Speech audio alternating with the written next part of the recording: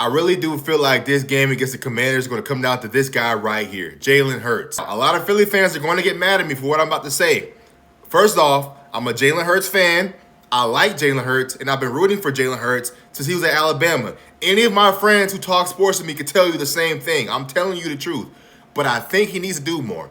Now, I know in this offense and the way they've been winning, he hasn't been asked to do a lot. Saquon's been carrying the load. He's been rushing, averaging 6-7 yards a pop, getting over 100 yards a game. Why does he need to throw for 300 yards when you got a running back running for 200 a game? And I'm not saying that he needs to throw for 300 yards and 3 touchdowns. I don't think he has to. But as a former player and as a football fan, I know for a fact the deeper you go into the playoffs, especially in today's era, in today's game, these games are won and lost by their quarterback, whether it's turnovers and their production. Now, unless they go out there and lay an egg, Jaden Daniels and them Commanders, they coming. You see what they did to Detroit now. Now, I know Detroit's missing a bunch of guys, but that's still a very good football team with a lot of good players. And Jaden Daniels went to Detroit in a hostile environment and outplayed Jared Goff. And he won that game. He made great throws. He made plays with his legs. Jalen Hurts is going to have to do the same. Now, I've seen him do it before in the Super Bowl against Kansas City.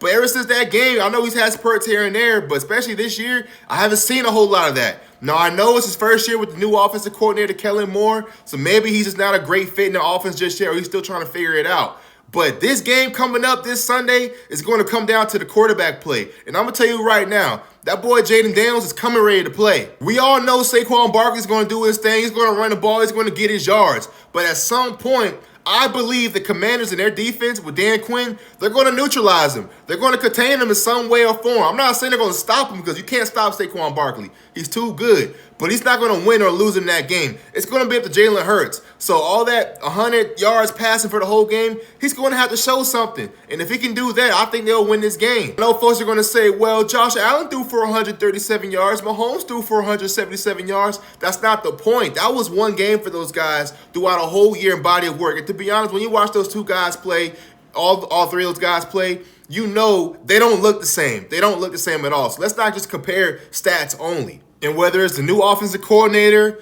injuries, whatever you want to say, Jalen Hurts has not been the same this year as he's been in the past. He's been struggling, and it's been obvious. That's why all these analysts and everybody's getting on him, not because they have a vendetta against him or they hate him or they don't like him. No, because he's been struggling, and people who watch football and who know football knows that. They can see that.